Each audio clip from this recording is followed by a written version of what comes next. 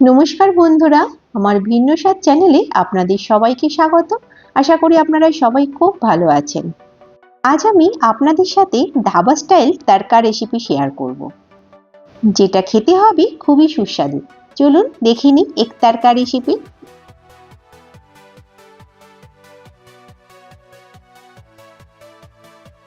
তার জন্য এখানে আমি একটি প্রেসার কুকার নিয়ে নিয়েছি প্রথমে।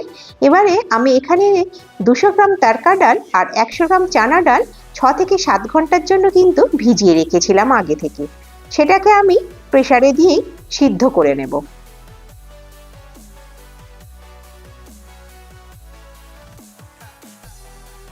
এরপর এতে অ্যাড করব একটা মিহি করে কুচানো পেঁয়াজ। এরপর অ্যাড করলাম একটা কুচানো টমেটো আর 1 চামচ রসুনের কুচি আর 1 চামচ আদার কুচি। এরপর কিছু মশলা অ্যাড করব। দিয়ে দিলাম 1 চামচ নুন, 1 চামচ হলুদের গুঁড়া আর 1 চামচ গরম মশলা, আর দিয়ে দেব 2 চামচ তড়কা মশলা। এটা আপনারা যে কোনো ব্র্যান্ডের নিতে পারেন অথবা নিজেই বাড়িতে বানিয়ে নিতে পারেন। এরপর দিয়ে দেব 200 ml এর মতো জল। এবারে এই সমস্ত উপকরণগুলিকে প্রেসারে দিয়ে 2 থেকে 3টে হুইসেলের জন্য ওয়েট করব। 2 থেকে 3টে হুইসেল দেওয়ার পরে প্রেসারের ঢাকনা খুললে তড়কার ডালটা ঠিক এইভাবে সিদ্ধ হবে। এবারে এই তড়কা ডালটাকে সাইডে রেখে অন্যদিকে গ্যাসের মধ্যে আমি একটি কড়াই নিয়েছি এবং তাতে 4 থেকে 5 চামচ তেল অ্যাড করেছি। এর মধ্যে এবারে অ্যাড করে দেব একটা মিহি করে কুচানো পেঁয়াজ। এরপর একে একে আরও কিছু উপাদান অ্যাড করব। দিয়ে দেব 1 টেবিল চামচ মিহি করে কুচানো রসুন, 1 টেবিল চামচ মিহি করে কুচানো আদা আর কিছুটা কাঁচা লঙ্কা। এবারে হাই ফ্লেমে সমস্ত উপকরণগুলোকে একটু ফ্রাই করে নিতে হবে। খুব বেশি ভাজবো না, তাহলে এই সমস্ত উপকরণের ফ্লেভারটা কিন্তু চলে যাবে।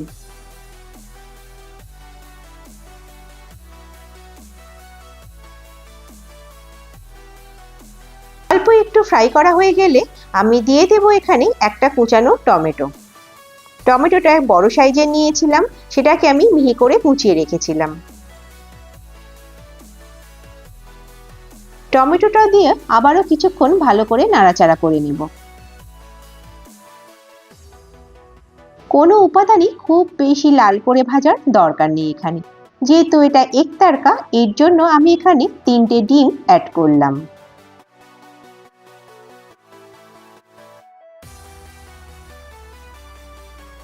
ডিমগুলো এক এক করে অ্যাড করে আবার ওই মশলার সাথে ভালো করে মিক্স করে নিতে হবে।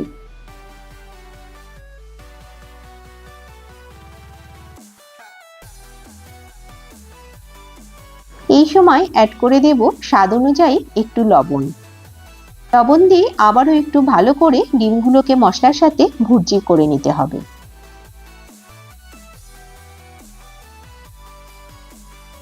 ডিমগুলো আমার ভালো করে ভাজা হয়ে গেছে। এরপর দিয়ে দেব 1 চামচ কাশ্মীরি রেড চিলি পাউডার, দিয়ে আবারও একটু নাড়াচাড়া করে নেব। এইভাবে একটু নাড়াচাড়া করার পরে আবারও কিছু ড্রাই ইনগ্রিডিয়েন্টস অ্যাড করব। দিয়ে দেব 1 চামচ চাট মশলা, 2 চামচ রোস্টেড কাসুরি মেথি আর 2 চামচ তড়কা মশলা। এবারে এই উপকরণগুলো দিয়েও আবারও কিন্তু একটু ভালো করে কষিয়ে নেব। তারপরে অ্যাড করে দেব সিদ্ধ করে রাখা তড়কা ডালটা।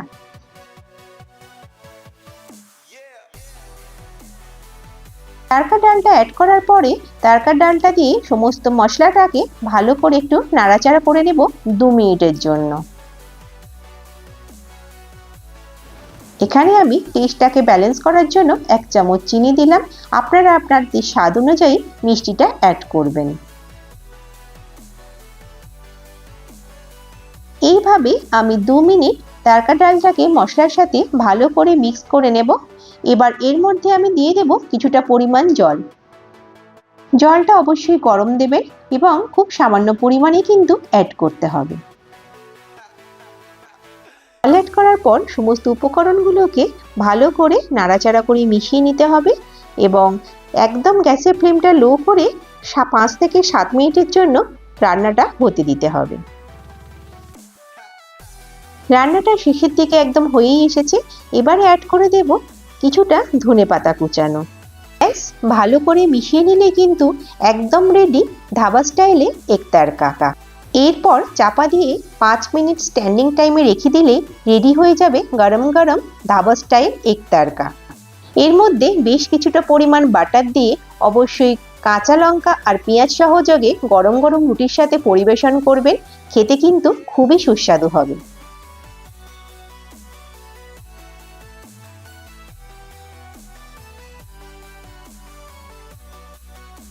আপনারা অবশ্যই এই রেসিপিটা একবার ফলো করে বাড়িতে বানাবেন এবং আমাকে জানাবেন আপনাদের এই ধাবা স্টাইল এগ তড়কা রেসিপিটি কেমন লাগলো।